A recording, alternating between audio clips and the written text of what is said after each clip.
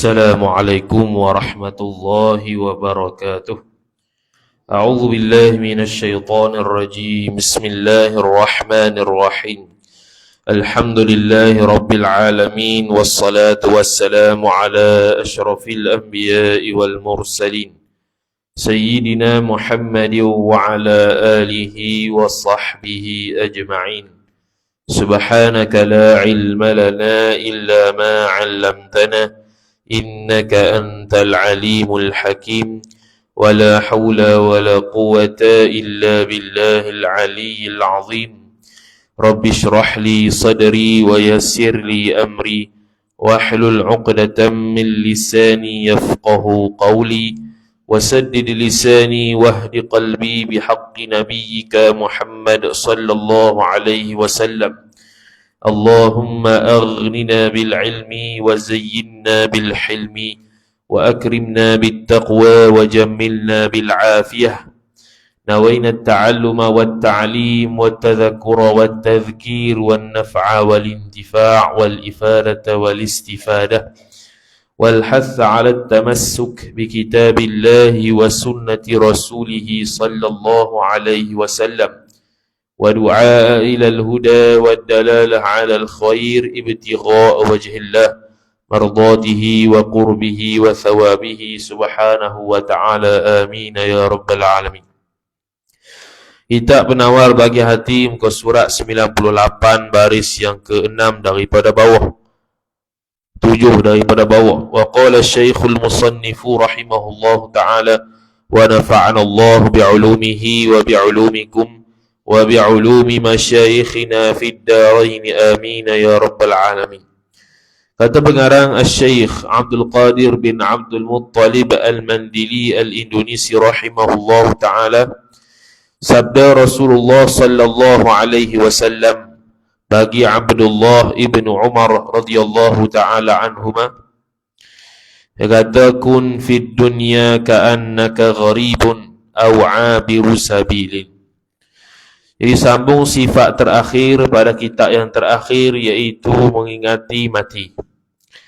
Maka sabda Rasulullah sallallahu alaihi wasallam, dia kata, kun fid dunya ka'annaka gharibun aw 'abiru sabilin. Ini hadis riwayat Imam Bukhari daripada Sayyidina Ibnu Umar radhiyallahu taala anhuma. Artinya, arti hadis Nabi sallallahu alaihi wasallam, jadilah olehmu di dalam dunia seolah-olah engkau orang dagang atau yang lalu di jalan. Jadi dia suruh jadi kita punya dunia ni seolah-olah engkau orang dagang. Orang dagang ni orang asing, qaribun, orang yang bukan asal tempat tu. Maksudnya apa? Bila seorang itu bukan berasal daripada tempat tersebut, maknanya dia akan pergi berlalu di tempat yang lain. Itu maksud kalau dia tu seorang yang asing, bukannya tempat tersebut dia punya tempat. Contoh, kita pergi musafir sekian-sekian tempat. Tempat tersebut bukan tempat kita. Jadi qadar musafirnya lebih kurang 4 hari, iaitu 3 hari lebih. Dan 3 hari lebih itu kita akan pergi juga ke tempat asal kita. Jadi duduk 3 hari di tempat yang bukan tempat kita tu, kita akan menyediakan bekal yang secukupnya untuk kita bergerak ke tempat asal. Tu asal dia tu. Jadi dunia ni adalah tempat untuk kita bersiap sedia untuk kembali kepada tempat asal, iaitu akhirat, ataupun lebih tepat lagi syurga Allah Subhanahu wa taala. Sebab tu Nabi sallallahu alaihi wasallam kata, kun fid dunya ka'annaka gharibun. Jadi olehmu di dunia ni seolah-olah orang dagang atau yang lalu di jalan, 'abiru sabilin. Sama jugalah, orang yang lalu di jalan. Makna dia berada di tempat yang bukan tempat dia. Dia sekadar lalu saja akan menuju ke tempat yang asal. Maka seyogianya dia akan buat persediaan yang cukup untuk menempuh segala perjalanan dia ke tempat asal. Jadi kita pun membuat segala persediaan dari sudut amal dan ilmu di dunia ni untuk kita tempuh di alam yang lain. Kita akan lalu alam kubur, kemudian baru alam akhirat. Dan berkata Ibnu Umar radhiyallahu taala anhuma, apabila engkau masuk pada waktu petang, maka jangan engkau nanti akan pagi. Dan apabila engkau masuk pada waktu pagi, maka jangan engkau nanti akan petang. Maksudnya apa? Bila masuk waktu pagi ataupun masuk waktu petang, jangan duduk saja sia-sia. Duduk saja melanguk langit. Tak buat apa-apa amalan, apa-apa benda yang berfaedah. Bila mari waktu pagi, bila nak petang. Mari petang, bila nak pagi. Di situ je. Jadi dia tidak diisikan pagi dan petang dia itu dengan benda yang bermanfaat. Bermanfaat di hari kemudian, iaitu bermanfaat di hari akhirat. Itu benda-benda yang sahabat Nabi sallallahu alaihi wasallam dan Nabi sallallahu alaihi wasallam amat titik beratkan, iaitu masa. Lepas tu dua masa yang tidak boleh disia-siakan. Pertamanya ialah masa lapang, yang keduanya masa sihat.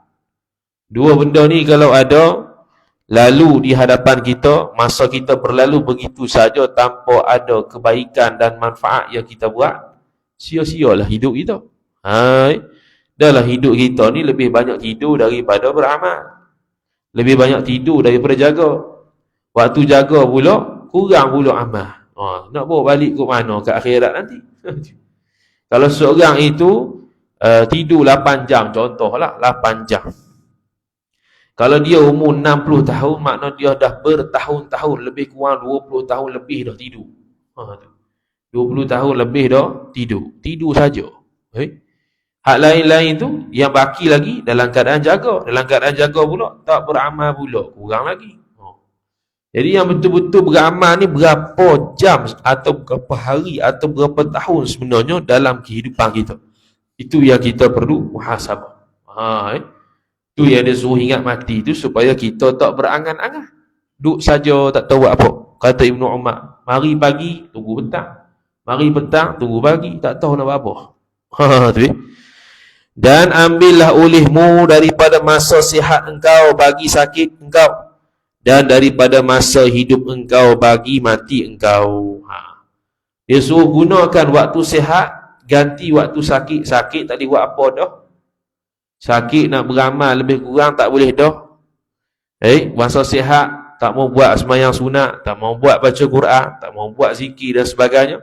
Waktu sakit, contohnya sakit tak boleh buat dah. Kerja benda berat-berat, nak sembahyang pun terhad, maka kita pun terhadlah amalan ketika itu. Jadi sebelum sakit, maka perlulah kita tu giat aktif dalam beribadah kepada Allah Subhanahu Wa Taala, bukan tunggu Ramadan sahaja. Begitu jugalah bila kita nak buat ibadah, perlu pula belajar. Belajar ilmu yang berkaitan dengan apa yang hendak diamalkan. Kalau berkaitan dengan suci, maka kena tahu bab-bab bersuci. Dari sudut wudu'nya, mandi wajibnya, haid nifahnya dan sebagainya. Menceritakan akan hadis ini oleh Al-Bukhari radhiyallahu taala anhu. Dan bahwasanya setengah daripada yang menolong atas mengingatkan mati itu ziarah akan kubur. Jadi macam mana nak tanam sifat ingat pada mati itu? Banyak-banyak ziarah kubur. Bukan pergi sembah kubur, ziarah kubur supaya ingat bila lagi masa aku nak mari sini. Ziarah siapa? Siapa-siapa tak tunggu keluarga kita.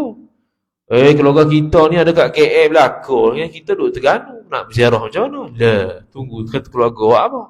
Ziarah kubur tu adalah orang-orang Islam semua. Semua Islam tu ikhwan ataupun saudara kita.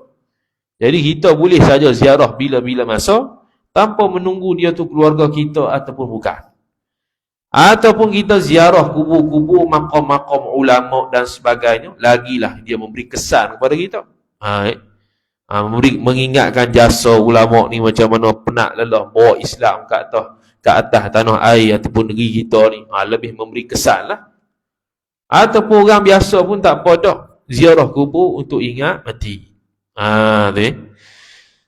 Dalil dia kerana sabda Rasulullah sallallahu alaihi wasallam. Hadis ni riwayat Muslim daripada Abi Hurairah radhiyallahu taala anhu. Dia kata, "Zurul qubura fa innaha tudzakkirul mauta." Artinya, ziarah oleh kamu akan kubur kerana bahawasanya memperingat ia mati, memperingat ia kubur akan mati. Jelas hadis Nabi sallallahu alaihi wasallam, riwayat Muslim, hadis sahih. Memang Nabi sallallahu alaihi wasallam suruh kita ziarah kubur. Zuru, ziarahlah oleh kamu. Dalam kaedah usul fiqh, kalau berkaitan dengan suruhan ni, fi'lul amri dia panggil, perbuatan yang menyuruh orang buat, asalnya adalah wajib, asalnya. Malaikat ada dalil lain yang mengatakan dia tak wajib, maka jadi sunat. Jadi ziarah kubur ni sunat untuk lelaki sahaja. Untuk lelaki sahaja. Adapun perempuan hukumnya makruh. Adapun perempuan hukumnya makruh. Jadi ada orang lelaki. Jadi dalam kitab Kashful Litham karangan Tuan Minal Al-Fatani rahimahullah, di situ dia ada sebut amalan-amalan ketika kita ziarah kubur orang. Nak baca apa? Kalau kita biasa baca Yasin, boleh juga. Kalau tak ada modal baca Yasin, lama kan? Bacalah 3 kul. Setiap 3 kul tu baca 11 kali ke, 7 kali ke. Banyak sikit lah, takkan sekali ya. Lama sikit tu kubur tu. Kalau tak baca Yasin lah. Kemudian doa sikit, doa Melayu tak apa dah. Kalau tak apa Arab tu, Melayu saja, seikhlas hati. Tu dia panggil adab-adab ziarah kubur, mendoakan orang si mati tersebut dan juga menghadiahkan pahala bacaan kepada si mati.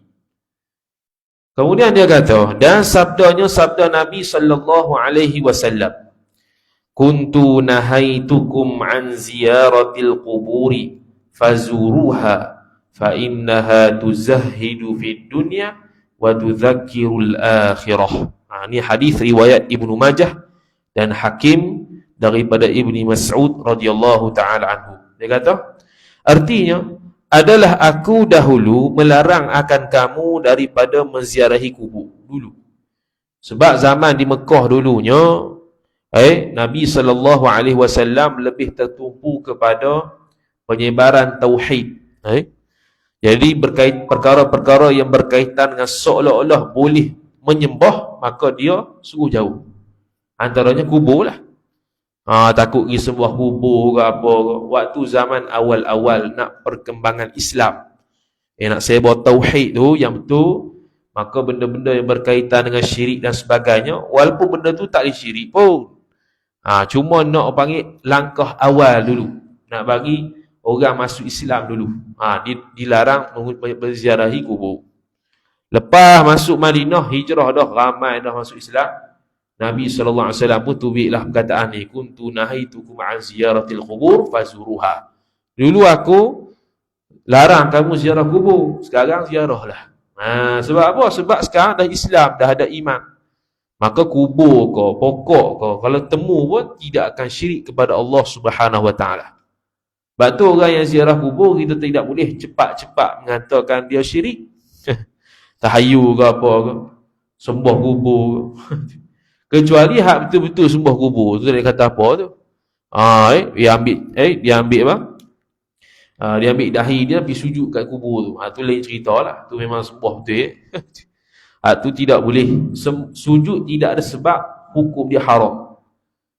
Sujud tanpa sebab, hukum dia haram, bid'ah, dalalah finnar. Tu betul. Tu disebut dalam kitab Hasyiah Al-Bijirmi 'ala al-Iqna'. Kalau dia tu pula sembah kepada seseorang dengan niat ubudiyah, dengan niat kehambaan kepada dia, boleh jadi kufur. Kerana sujud kerana kehambaan pada seseorang hanya tertakluk pada Allah Subhanahu Wa Taala sahaja. Tu disebut dalam kitab Hasyiah Al-Bijirmi 'ala al-Iqna', perbahasan sujud sahwi. Dia bahas sekali sujud syukur, sujud tilawah, dan sujud apakah yang ada di dalam Islam. Sujud dalam sembahyang, sujud syukur, sujud tilawah. Hak tu lah ada pun. Hak lain saya saja nak sujud tak ada. Saja-saja boring sujud tak boleh. Kok dia adalah haram. Sujud syukur pun dia ada syarat-syarat dia. Bukan bermakna, alhamdulillah hari ni aku hidup lagi, dia pun sujud syukur. Tak boleh. Sujud syukur ni antara benda syaratnya ialah dia mendapat nikmat yang tidak disangka-sangka. Dia tak sangka nak dapat benda tu, dapat juga. Baru sujud syukur.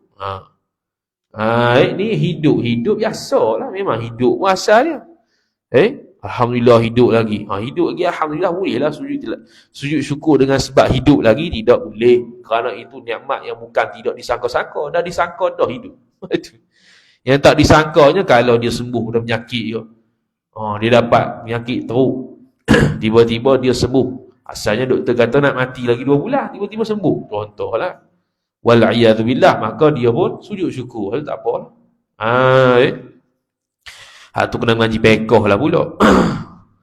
Kemudian kata musannif rahimahullahu ta'ala, kerana bahawasanya maka ziarah oleh kamu akan kubur pada masa yang akan datang.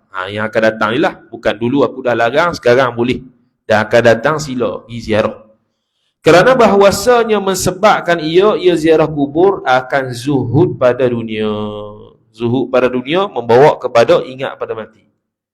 Jadi nak ambil dunia lebih-lebih pun dia ingat mati, maka dia tak utamakan dunia, dia utamakan amal akhirat. Tidak terkejar-kejar dengan dunia lah. Kejar dunia tak ada masalah, tapi kalau terkejar-kejar dunia sangat sampai terlupa benda yang wajib ataupun benda yang sepatutnya hak Allah ditunaikan, diabaikan, tu dicela. Kemudian dia kata, dan memperingat ia ziarah kubur akan akhirat. Bila kubur tu mesebabkan dia ingat pada mati, ingat ke akhirat lah, sebab nanti dia akan masuk di alam akhirat. Mati itu ialah kiamat kecil. Kiamat kecil bagi seseorang. Kiamat besar belum lagi. Kiamat besar hak tu lah hancur alam tu. Kiamat kecil bagi dia ialah mati. Kullu nafsin dha'iqatul maut. Setiap orang akan merasai mati. Hatta lalat yang mati pun malakul maut yang cabut nyawa. Apatah lagi hak besar kita ni, lagilah dia cabut nyawa. Dan ketahui olehmu bahwasanya pendek angan-angan itu kelakuan yang dipuji. Bahasa Arab dia panggil tamanni. Angan-angan kosong. Ataupun kita mengharapkan sesuatu yang mustahil nak dapat pada adat. Ataupun kita mengharapkan sesuatu yang payah, jauh lagi nak dapat tu. Jadi kita berangan-berangan sampai habis umur, habis masa dengan berangan tu. Itu perkara yang dikeji. Lepas tu dia kata sini, benda yang dipuji ialah pendek angan-angan. Jangan kuat berangan sangat. Masa yang ada, masa yang sihat, masa yang lapang, masa yang sedang berlalu ni diisi dengan amal ibadah, dengan ilmu, dengan belajar dan sebagainya. Kerana adalah ia pendek angan-angan tu sebab bagi bersedia bagi barang yang kemudian daripada mati. Apa kemudian pada mati? Jawab soal kubur, titian sirat, timbang amalan, masuk syurga dan sebagainya. Sebab apa dia kata pendek angan-angan tu? Sebab bagi persediaan selepas mati. Sebab kalau pendek angan-angan, maka dia akan banyak beramal daripada duduk saja. Dia orang yang panjang berangan-angan ni, dia jenis duduk saja banyak. Tak tahu nak buat apa. Rasa tak tahu nak buat apa. Bertahap tu. Masa ada, masa lapang ada.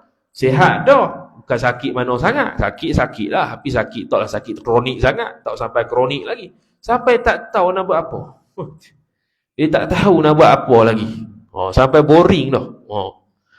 Jadi itu bukan kelakuan Nabi sallallahu alaihi wasallam dan sahabat-sahabat Nabi sallallahu alaihi wasallam. Mereka sentiasa setiap masa itu memperisikan dengan ibadah. Kemudian kata musannif rahimahullahu taala, dan ketahui olehmu, habis betul, dan bahawasanya manusia bersalah-salahan, mereka itu manusia pada pendek angan-angan dan panjangnya panjang angan-angan. Setiap manusia ada beza-beza angan-angan dia. Ada yang berangan nak kaya, ada berangan nak umur 1000 tahun lagi. Dia Nabi Adam AS 1000 tahun, Nabi Nuh AS 900 lebih tahun. Tu pun ajak umat saja tu, Nabi Nuh tu 80 orang yang ikut. Dalam kitab Tafsir Ibnu Kathir sebut 80 orang saja yang ikut Nabi Nuh alaihi salam selama 900 lebih tahun tu.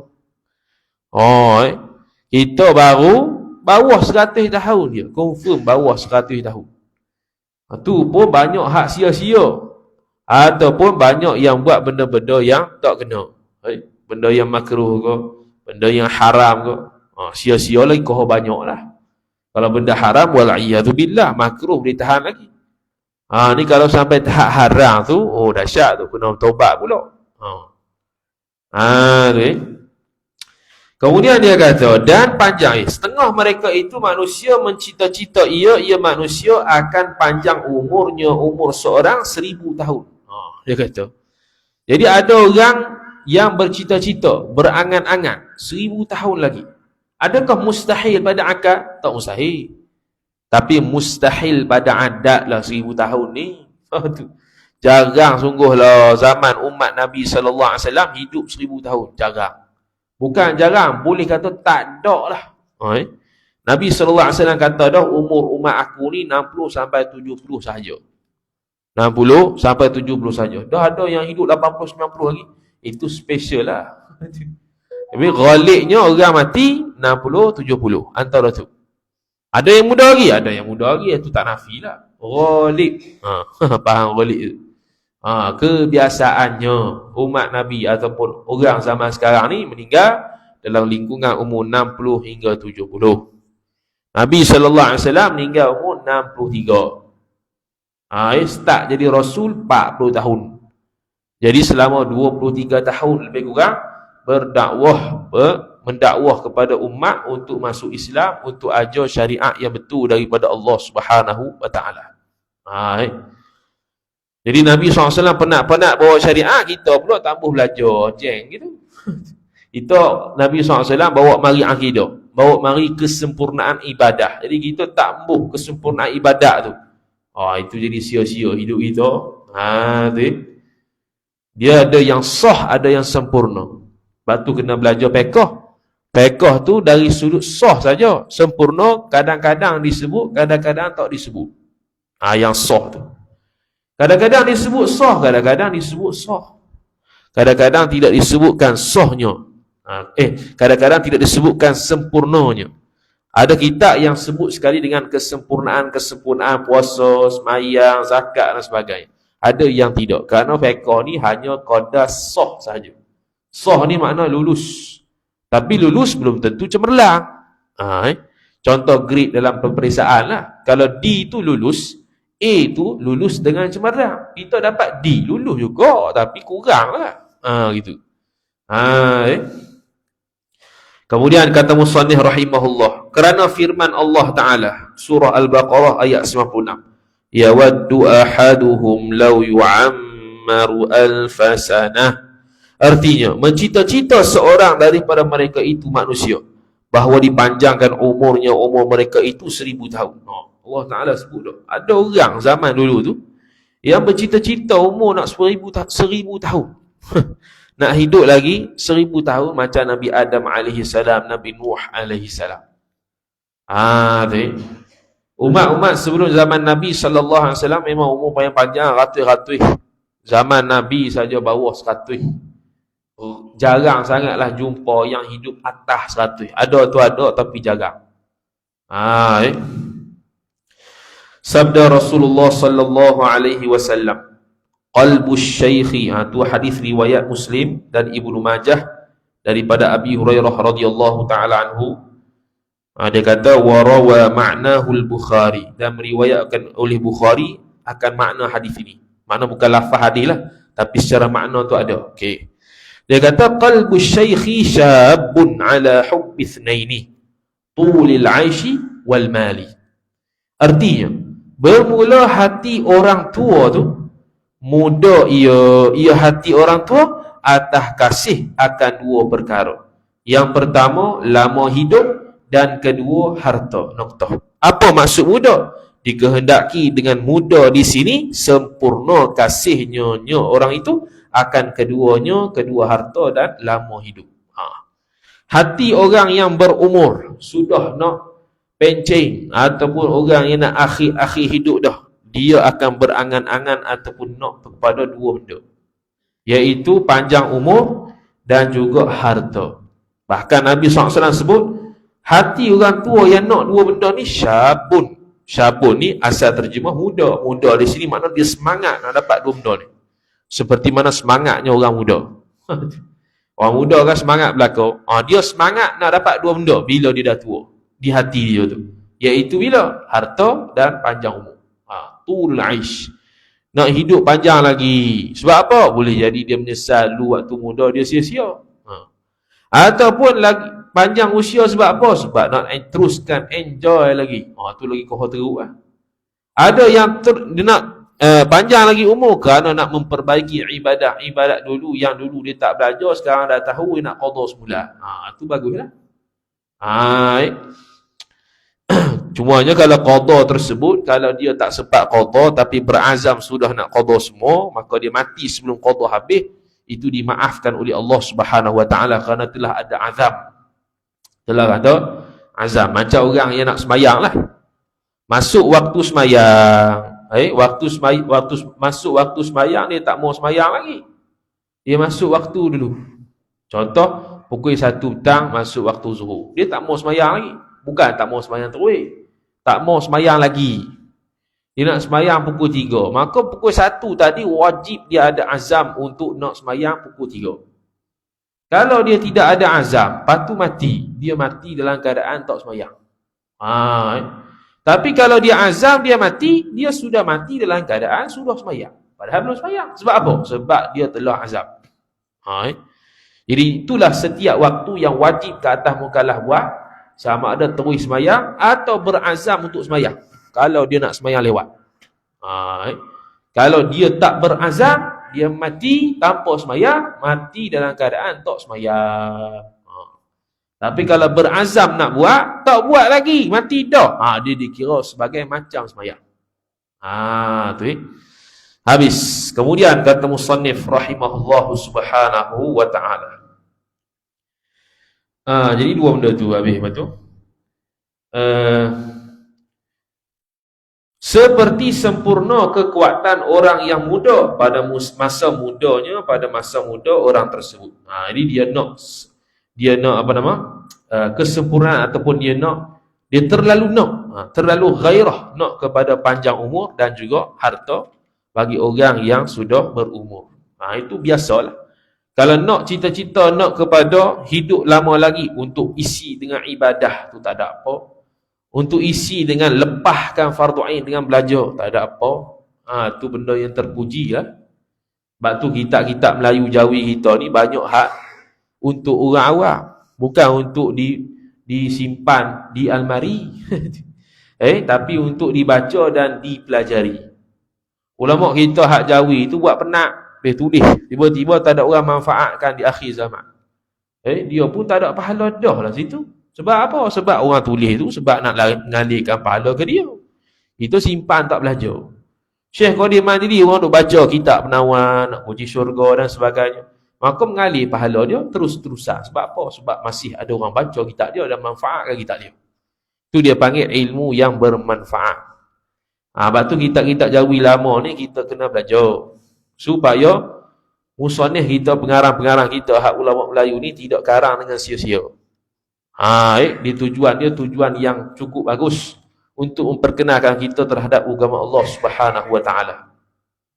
Dan dia bahas kitab-kitab Jawi bukannya payah-payah, hak fardu ain lah. Kalau tauhid cara tauhid, kalau fiqh cara fiqh, kalau tasawuf cara tasawuf. Tu. Kemudian dan setengah daripada mereka yang mencita-cita, dan setengah mereka itu manusia, mereka yang mencita-cita akan setahun, nak hidup setahun. Tadi 1000 tahun, ada yang nak hidup sekejap je, setahun je. Dan setengah mereka itu manusia, mereka yang mencita-cita 6 bulan, nak hidup lagi 6 bulan. Dan setengah mereka itu manusia, mereka yang mencita-cita sehari semalam, nak hidup lagi sehari semalam. Tu cita-cita yang boleh jadi, boleh dapat, boleh jadi tak dapat. Sebab umur dan masa mati itu ketentuan Allah sejak azali. Allah Ta'ala tentukan mati sekarang 8.26, 8.26 mati. 8.25 hidup lagi, 8.27 mati. 8.28 mati, tak hidup dah. Sebab Allah Ta'ala tetap sejak azali 8.26 mati. Diceritakan daripada Mu'adh bin Jabal radhiyallahu ta'ala anhu bahawa berkata ia Mu'adh. Ini hadis riwayat Abu Nuaim fil Hilyah dalam kitab Hilyatul Awliya an Anas radhiyallahu ta'ala anhu. Dia kata tiada melangkah aku satu langkah melainkan menyangka oleh aku akan bahawasanya tiada aku perikutkan langkah tadi akan langkah yang lain. Apa maksud dia? Yang maksud dia ialah Mu'adh bin Jabal radhiyallahu ta'ala anhu, setiap langkah yang dia buat, setiap perbuatan yang dia buat, pastikan ada manfaat dia. Dia tidak akan buat perkara-perkara yang menyebabkan satu perbuatan itu jadi sia-sia, walaupun sekadar langkahan saja. Sebab tu ulama-ulama tasawuf setiap langkah ada yang berzikir la ilaha illallah, langkah la ilaha illallah, langkah la ilaha illallah. Ada yang zikir bismillah aja, bismillah, bismillah, bismillah. Ada yang selawat. Ada yang setiap nafas pasti dilalui dengan zikir. Kalau tidak akan menghirup nafas kecuali dengan zikir. Ada begitu. Punya hebat. Kita nafas kita bukan nak suruh berzikir macam ulama sufi tu. Maknanya paling kurang hidup kita ni tak banyak sia-sia lah. Sebab tu orang yang lebih berumur sepatutnya lebih banyak ibadat berbanding orang yang sudah baik orang yang masih muda. Sebab dia dah lama hidup berbanding orang muda tersebut. Dari sudut ibadat pun patut lebih banyak daripada orang muda tersebut. Ulama salafus salih ibadat dia masya-Allah hebat belaka. Imam Ahmad radhiyallahu taala anhu mayang malam 300 rakaat. Kita bukan nak suruh buat 300 rakaat. Sebab apa? Kalau nak ikut salafus soleh dulu habis telanjang kita ni. Ali Zainal Abidin 1000 rakaat semalam. Sayyidina Uthman bin Affan radhiyallahu ta'ala anhu 1 rakaat witir 30 juzuk Quran. Qul a'udzu birabbin nas masuk subuh dah. Tu Sayyidina Uthman. Kita nak buat itu. Wali sangat tu. Bukan nak suruh buat gitu. Nak kata sibuk dengan ibadat sampai begitu. Kita tengok depa tak. Kita tengok depa tu pelik. Sebab apa pelik? Sebab kita tak buat. Ataupun masyarakat kita tak ada suasana sebegitu. Maka kita pun berasa pelik. Baca Quran, Imam Nawawi radhiyallahu ta'ala anhu dalam kitab At-Tibyan dia sebut, aku paling banyak jumpa orang yang khatam Quran ni sehari 8 kali. Sehari 8 kali khatam Quran. Tu sehari 8 kali kalau ikut kepala otak kita, macam mana dia baca? Macam mana dia baca lalu? Tak payah kata 8 kali. Kalau Imam Syafi'i khatam Quran dalam bulan Ramadan sehari 2 kali pun kita dah muskil dah. Sehari 2 kali, macam mana baca? Itu orang-orang yang diberkati Allah Subhanahu wa ta'ala. Yang 8 kali tu 4 kali siang, 4 kali malam. 4 kali malam lagu mana dia baca? Tu orang panggil orang-orang yang diberkati masa oleh Allah Subhanahu wa ta'ala. Nikmatnya ibadat sampai tak sedar masa tu lalu habis itu je. Tapi habis dengan ibadat. Ni masa tak sedar, siang dah. Tak sedar sebab minggir habis. Buat benda yang tak ada faedah. Habis dah masa. Allah, asal dah sekejap masa. Dah buat benda tadi, tidur. Tapi tidur ni tak ada masalah. Satu analogi Gus Baha. Hafizahullah Ta'ala kita dengar. Dia kata apa? Gini dia kata. Jadi kalau kiai tu kalau tegur pelajar tu tidur banyak, dia ni tak mengaji usul fiqh. Sebab apa? Sebab tidur ni salah satu daripada amalan untuk tinggalkan maksiat. Orang mencuri tak tidur, sebab tu dia boleh curi. Orang yang berzina tak tidur, sebab tu dia boleh curi, dia boleh berzina. Orang yang mengumpat, dia tak tidur sebab tu boleh mengumpat. Jadi tidur tu salah satu daripada amalan ataupun cara untuk elok daripada maksiat.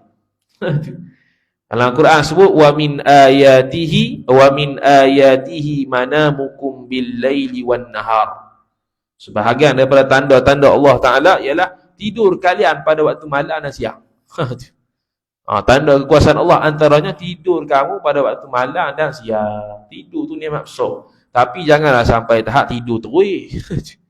Tidur. Jadi dalam usul fiqh, asalnya dalam kitab usul fiqh, contoh Ghayatul Usul, Syarah Lubbil Usul, Syekhul Islam Zakaria Ansari kata, kalau orang tersebut nak buat maksiat, tak dapat elok melainkan buat benda yang mubah, benda yang harus, maka benda harus tu jadi wajib. Contoh tengok TV lah. Nak curi ni, tapi kalau tengok TV tak jadi curi. Tengok TV tu jadi wajib. Berpahala pula tengok TV.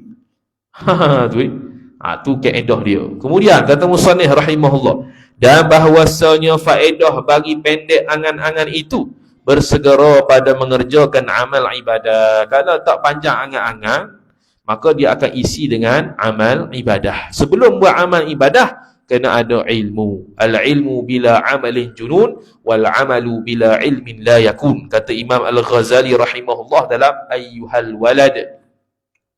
Al-ilmu bila amalin junun. Ilmu tanpa amal gila. Sebab belajar tapi tak buat benda. Gila lah. Wal amalu bila ilmin la yakun. Amal tanpa ilmu sia-sia. Tak ada faedah. Dia beramal kuat, tak ada ilmu tentang yang dia nak amal tu sah ke tidak. Sia-sia, tak diterima Allah Ta'ala. Dan bahwasanya alamat bagi orang yang mendapat pertunjuk bahawa tiada lalai ia seorang daripada mati. Surah Al-Baqarah, hudan lil muttaqin, petunjuk bagi orang-orang yang bertakwa. Jadi antara orang yang mendapat hidayah petunjuk tu ialah orang yang tak lalai daripada mati, iaitu daripada ingat mati. Cuma dalam kitab Ghayatul Muna Syarah Safinatin Najah sebut, penuntut ilmu makruh banyak ingat mati. Sebab apa? Sebab takut dia tu hilang semangat belajar. Hilang semangat belajar. Itu khusus untuk dia lah. Mana bukan tinggal terus tak ingat mati. Tak, ingat juga mati, tapi jangan kerak lalu.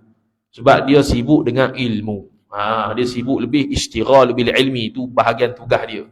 Hak kita tak apa nak istighal bil ilmi ni, ingat mati je lah. Kemudian kata dia, maka bersedia ia seorang pada pagi-pagi mati itu dengan taubat dan amal. Dia bersedia dah, waktu pagi dia bersedia dah untuk mati, maka dia tu akan bertaubat dan beramal yang baik. Sebab dia on the way, dia bersedia dah. Bila-bila saja mati boleh mari. Jadi dia akan buat cara orang yang bersedia. Macam orang nak exam lah, peperiksaan. Dia tak akan duduk saja gitu. Dia mesti study. Dia tahu dah esok nak exam, takkan dia buat relax gitu. Itu orang yang tidak bersedia. Contohnya nak exam lagi 14 minggu, agak-agak dia study tak? Tak study balik, dia relax-relax dulu.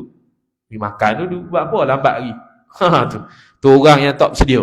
Habis orang bersedia, dia study dulu. Kau surat ni, habis baca, habis lah kau. Telanjang bulat habis hitam. Semua daripada pagi sampai malam, depan sampai ke belakang baca belakang. Maka jika hidup ia seorang sampai petang, maka syukur ia seorang akan Allah Ta'ala atas taatnya taat seorang. Dan sukacita ia seorang dengan ketiadaan sia-sia harinya. Dah lalu pagi masuk petang, maka dia akan bersyukur pada Allah. Tadi pagi aku buat taat. Tadi pagi alhamdulillah aku isi dengan sembahyang duha, sembahyang subuh berjemaah, sembahyang zuhur berjemaah, baca Quran, zikir, alhamdulillah. Mari petang dia syukur, alhamdulillah tadi aku tak buat maksiat. Tu kena muhasabah diri. Jangan cari salah orang banyak. Ni waktu pagi cari salah orang banyak dah. Ngumpat pula, tak jadi gitu. Kemudian memulai ia seorang bersedia pada petang. Lepas dah lalu waktu pagi, dia nak bersedia pula waktu petang, nak beramal pula, nak tobat pula. Kerja dia hak tu je tiap hari. Hingga pagi-pagi, yakni sampailah pagi esok. Bila sampai pagi esok, maka syukur ia seorang atas taatnya taat seorang pada malam itu. Pada malam tadi aku buat ibadah, aku tobat pada Allah, aku tahajud, sembahyang jemaah, ngaji kitab, macam-macam. Ada dosa, dia taubat. Ada kebaikan, dia syukur. Sebab tu semua daripada Allah Subhanahu wa Ta'ala. Dan sukacita ia seorang dengan tiada kosong malamnya malam seorang daripada amal yang salih. Jadi dia seronok kata, malam tadi aku isikan dengan banyak ibadah. Sebab tu kalau kita tidur, kita niat supaya untuk aku dapat tenaga esok hari, esok pagi nak subuh tu, nak bangun tahajud 2 rakaat ke ataupun subuh sembahyang subuh secara berjemaah, dapat kekuatan dengan sebab tidur ni. Tidur berpahala. Tidur jadi ibadat, tidaklah jadi sia-sia. Demikianlah tiap-tiap pagi dan petang. Dan tiada mudah yang demikian itu. Nak ingat syukur dan sebagainya tadi, melainkan bagi mereka yang kosong hati mereka daripada hidup sampai besok. Mana orang yang tunggu esok, orang yang tunggu kehidupan dia esok nak dapat apa, esok nak dapat apa, seperti mana yang disebutkan tadi. Orang yang berpagi-pagi tunggu petang, orang yang petang tunggu pagi. Dia bukan kategori orang yang sedemikian. Bahkan bila masuk pagi, dia bersedia dah, boleh jadi mati waktu pagi. Jadi dia bersedia dengan amalnya, sedia dengan taubatnya, semayangnya, zikirnya, baca Qurannya, belajarnya. Masuk petang, oh alhamdulillah, aku masih hidup sampai petang. Tadi aku isi dengan amal kebaikan, aku taubat pada Allah Ta'ala. Ni nak on the way malam pula, dia amal kebaikan, ada persediaan pula. Sampailah pagi, dia bersyukur pula pada Allah Ta'ala. Tadi malam dia isi dengan ibadat banyak. Gitu seharian ni. Jadi dia tak akan sia-sia hidup dia dengan benda yang tak ada faedah. Dan tidak akan dia panggil ada masa untuk cari kesalahan orang lain. Kemudian kata musannif rahimahullah, maka mati itu tuah baginya bagi seorang. Jadi mati itu jadi benda yang beruntung pula bagi dia, sebab dia ada persediaan yang cukup untuk menghadapi mati. Dan hidup itu bertambah kebajikannya seorang. Waktu hidup dia bertambah amalan, waktu mati dia menjadi hadiah kerana dia sudah bersedia untuk mati dengan dia buat amal soleh dan sebagainya. Jadi hidup dan mati dia semua bagus berlaku. Waktu dia hidup bagus, waktu mati pun jadi bagus juga.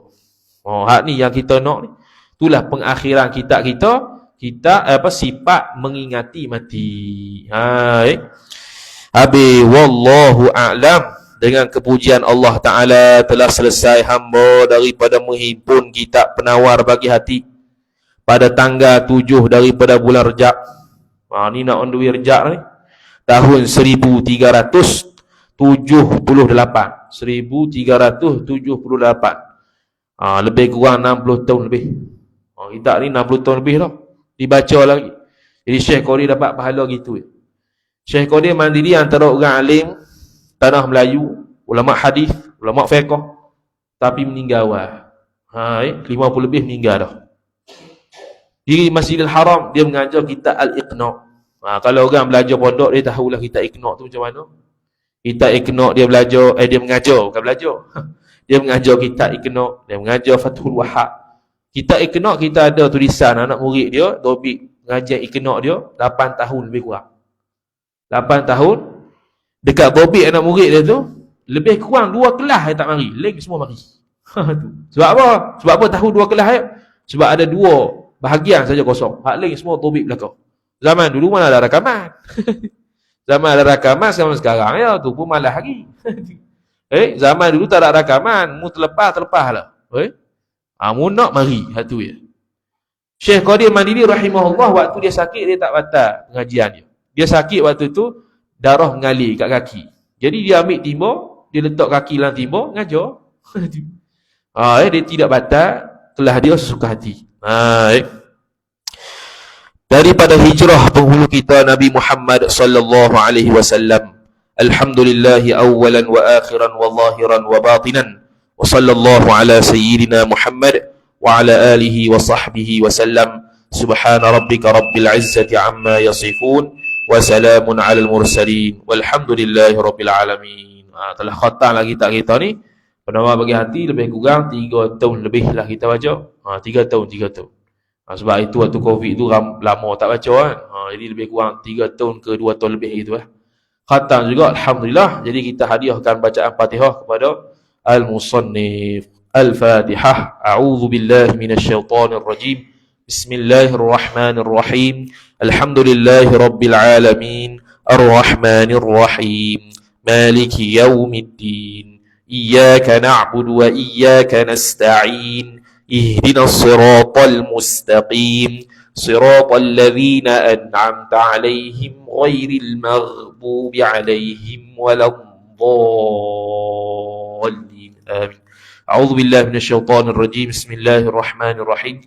Alhamdulillahi rabbil alamin. Wassalatu wassalamu ala asyrafil anbiya'i wal mursalin sayyidina Muhammadin wa ala alihi wa sahbihi ajma'in. اللهم زدنا علما وارزقنا فهما اللهم زدنا علما وارزقنا فهما اللهم زدنا علما وارزقنا فهما وصلى الله على سيدنا محمد وعلى آله وصحبه وبارك وسلم والحمد لله رب العالمين والسلام عليكم ورحمة الله وبركاته.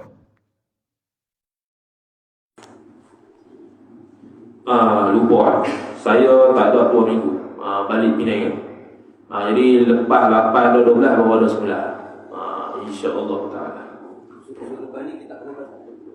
Tu bincang aja ke ya.